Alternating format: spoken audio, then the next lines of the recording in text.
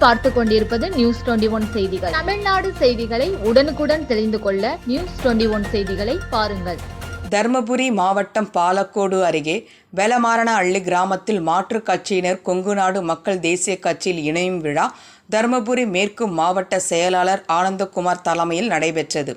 மாநில கொள்கை பரப்பு செயலாளர் அசோகன், மண்டல இளைஞர் அணி செயலாளர் ராஜா, மாவட்ட பொருளாளர் ரமேஷ் ஆகியோர் முன்னிலை வகித்தனர்.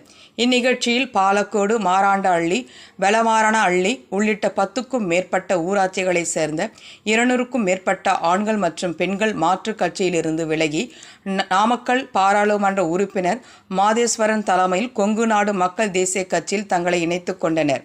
புதியதாக கட்சியில் இணைந்தவர்களுக்கு கட்சி துண்டு அணிவித்து வரவேற்றார். அதனைத் தொடர்ந்து பேசியவர், மாநில பொதுச் செயலாளர் ER ஈஸ்வரன் அவர்களின் வழிகாட்டுதலின்படி நடைபெற்ற இவ்விழாவில் மாற்றுக் கட்சியினர் இணைவு நமது சமுதாயத்திற்கு பெரும் பலம் அளிப்பதாக தெரிவித்தார். மேலும் அனைவரும் ஒற்றுமையுடன் செயல்பட்டு வரும் 2026 சட்டமன்ற தேர்தலில் தலைவர் அடையாளம் காட்டும் வேட்பாளர்களை பெருவாரியான வாக்கு வித்தியாசத்தில் வெற்றி பெற செய்து கூட்டாளிக்கு பலம் சேர்க்க வேண்டும் என கேட்டுக்கொண்டார். இந்நிகழ்ச்சியில் மாவட்ட, ஒன்றிய, நகர கிளை பொறுப்பாளர்கள், தொண்டர்கள் திரளாக கலந்து கொண்டனர்.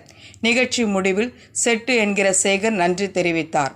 நியூஸ் 21 செய்திகளுக்காக முனியப்பன்.